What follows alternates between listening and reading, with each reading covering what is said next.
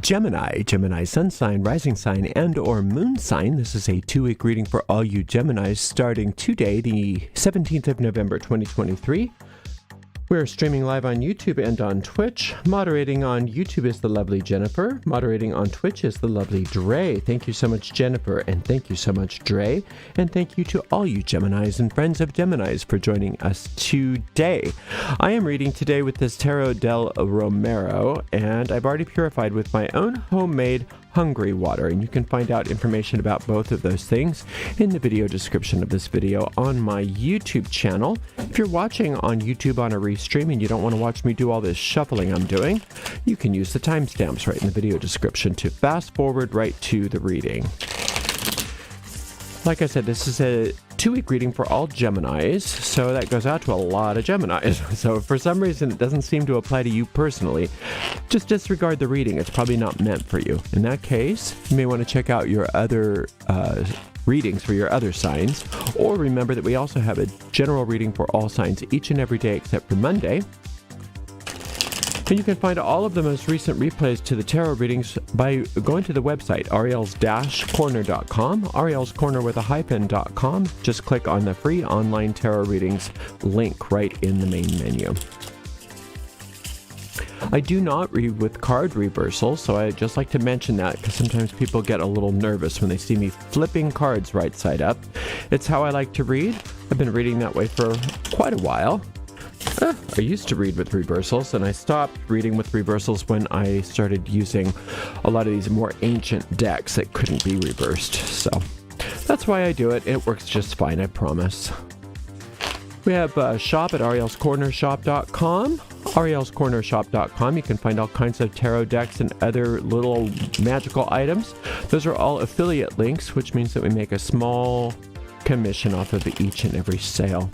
By the way, if you're watching on YouTube, make sure you like the video, subscribe to the channel, and hit the notification bell. And if you're on Twitch, make sure you follow us on Twitch. If you'd like to donate, you can follow the donate URL that flashes across the screen every so often. There's other donation options on the website, or if you're on YouTube, you could use a super sticker, super chat, or super thanks. We do appreciate your support, but Gemini, what we appreciate most is that you're here today for this 2-week reading. So let's see what's in the cards for all of you gorgeous Geminis. Okay, ta-da. We've got the 9 of Swords. We've got the 6 of Swords, good. And the Ace of Swords, good, good. So it's very swordy, but it's 2 positive swords. And the one sort of meh sword is something that you've left or are leaving. So what you're leaving is the worry. You know, the Gemini, the worrywart, is not the norm. You know, you're not really the most worrisome of all of the signs, but it seems like it's been really that you've been having some worries. You've been worried about the future, or worried about certain things in your life. And you know, it happens. We all go through that. But it's really important to remind ourselves that worry doesn't help. It doesn't really make things better. Sometimes the ego mind likes to convince us that if you're not worried about something, you're making yourself more vulnerable. And actually the opposite is true. The more worried you are, the more vulnerable you are to creating more to be worried about. Now, that's not to say that you just put your head in the sand and you pretend like everything's cool when it's not. But rather than worrying, you either take positive action about it, if you can, and if there's nothing you can do about it, then you do just say, forget it. There's nothing I can do about it. If there's nothing you can do about it, worrying isn't going to make it better. But what will make it better is that higher power, that 6, that solar light in the way that I look at things. That solar light is that mystical energy that emanates from the 6th sphere of the Hermetic Tree of Life. And it has the power to do for us the things we can't do for ourselves, and to lift us out of problems, and to create miracles for us, and to rearrange all the circumstances in our lives so that they start to conform to the divine design. And the divine design has nothing to worry about. There's no worry that is ever a part of the divine design. So that solar light is something you can learn how to work with if you don't know how. And obviously, if you have other kinds of techniques that you already do or want to do, you can do those things. There's nothing that's especially sacred only about the solar light. But I do have 2 solar light meditations that you can learn how to work it in a very short period of time. Just find them on my YouTube channel. And then you run that energy. And what that does is it helps, like I said, if there's something that you're worried about that you can do something about, do it. If you can't do something about it, call on that solar light to handle it for you. This is where that serenity prayer is helpful. God, grant me the serenity to accept the things I cannot change, the courage to change the things I can, and the wisdom to know the difference. Now, you're accepting that you cannot change them, but that's not the end of the story. Just because you cannot change them doesn't mean that they can't be changed, but it's out of your hands. So when you do that, when you get that higher power coming in to do for you the things that you can't do for yourself, that's when you realize that you've just gotten your power back. And you've gotten your power back from the part of you that has given your power away to worrying, given your power away to any of those kind of fatalistic kind of thoughts, and say, wait a minute, I actually have a lot of power. I have the power of decision. I can always make a choice. Nobody can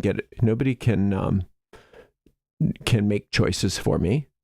I can make all my choices about how I use my mind, what I decide that is right for me. My power is my own. And even the power to call on that solar light to do for you what you can't do for yourself is a decision that is your power, right?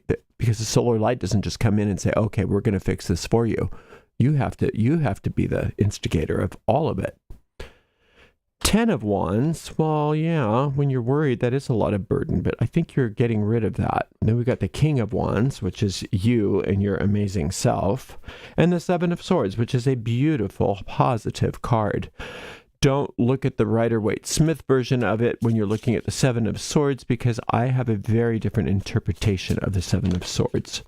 There's several cards that I don't like the Rider-Waite-Smith deck just because the illustrations don't coincide with my interpretation. Anyway, that's all beside the point. This 10 of Wands is talking about how you've been overburdened. And a lot of those burdens are either the cause of or the result of the worry. And I have a feeling that it's like a feedback loop, that the more worry you have, the more burden you're carrying. The more burden you're carrying, the more it's making you worry, and on and on and on and on, until the serpent is just wrapped. It's like a boa constrictor wrapping around you and getting tighter and tighter and tighter and tighter, until that solar light says, oh, it's okay, we can just cut that thing off of you. Now, don't feel sorry for this, because it's not a real snake, okay? No, there are no snakes that were hurt in the making of this reading. But the 6 of Swords, the way that they've illustrated it here, is not a bad thing if you realize that this is part of your own mind, that you're letting go of that worry and letting that higher power, that solar light, come in and take care of it for you. What you notice once that is gone, that gripping fear and worry and burden is gone, is that, oh, I've always had the power. I've always been the King of Wands. I've always known what to do. I've always had, and especially with the King of Wands, this 10 of Wands says that for some of you, I don't know about all of you, some of these burdens have to do with job and career and all of that, and have been making you forget that you're already an expert at things. You're already the king. You're already the master of certain things. And that as the master, you don't need to carry all this burden. You don't need to have all of these worries.